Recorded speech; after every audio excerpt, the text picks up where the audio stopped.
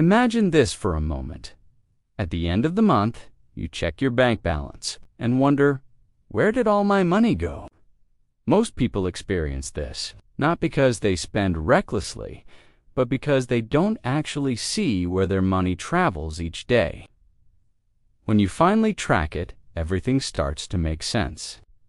You begin to feel more in control, less stressed, and more confident about your financial choices. In this video, we're going to walk through how you can track your spending like a pro, even if you've never done it before. You'll learn simple ways to understand your expenses, spot hidden patterns, and make small adjustments that can change everything. And don't worry, you don't need complicated apps or advanced budgeting skills, just clear steps that anyone can follow. Let's start with the basics. Tracking your spending simply means knowing where your money goes. It's like turning on a light in a dark room. Suddenly, things feel clearer. Many people think tracking means cutting fun from life, but it's not about removing joy. It's about giving yourself better choices. For example, if you buy coffee every day without noticing it, that cost grows quietly.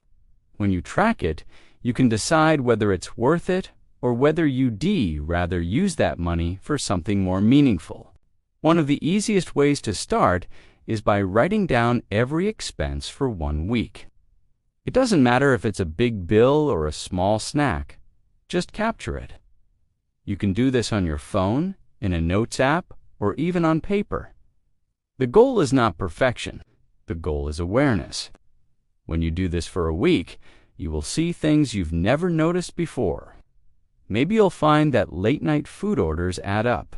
Maybe you'll realize you spend more on transportation than you thought. These insights are the starting point. Now, let's go a bit deeper. After writing everything down, group your expenses into simple categories. Keep the categories easy: food, transport, bills, shopping, subscriptions, and maybe others. You don't need more than that. When you group your spending, you create a clear picture. For example, imagine looking at your notes and seeing that food takes the biggest portion. Or maybe subscriptions you forgot you had are quietly draining your budget. Seeing these groups is like zooming out and understanding the whole map. Once you have your categories, estimate the average amount you spend in each one. You don't need perfect numbers. A simple idea is enough. This helps you spot which areas deserve attention. If your food spending is way higher than expected, maybe it's time to cook a bit more at home. If transportation is too high, maybe adjusting your route or timing could save money. Small changes can give you big results. Another helpful step is to compare your total spending to your monthly income. This sounds simple, but many people never do it. If your spending is always close to or above your income, you will never feel financially relaxed. But if you know your numbers, you can create breathing room. Let's say you earn a certain amount each month. If you find you re-spending most of it on categories that don't actually matter to you, that's a place to start making adjustments. Let's make this even more practical. Pick one spending habit that feels easy to improve. Not 5, just 1. Maybe you eat out too often. Maybe you buy things online without thinking. Or maybe transportation is getting too expensive. Choose one habit and set a gentle limit for yourself. For example, I will reduce food delivery to twice a week, or I'll pause new online shopping for 1 month. Simple, doable changes. You don't have to be strict. You just need to be aware. Another simple method is the daily check-in. Every night, take 1 minute to review what you spent that day. Just 1 minute. You can use a notes app, a small spreadsheet, or any basic spending tracker. This habit keeps your awareness sharp. It also prevents surprises at the end of the month. With daily check-ins, small expenses don't slip through the cracks. Let's talk about subscriptions. Many people pay for things they don't use anymore. If you have streaming services, apps, memberships, or cloud storage that you forgot about, these small charges slowly drain your money. Spend a few minutes checking your subscriptions once a month. Ask yourself, do I still use this? If not, cancel it. You will be surprised how much this helps. If you prefer using apps, choose simple ones. Look for apps that let you input expenses quickly and show your categories clearly. Avoid apps with too many features that you won't use. The goal is to make tracking easy, not overwhelming. But remember, the tool doesn't matter as much as the habit.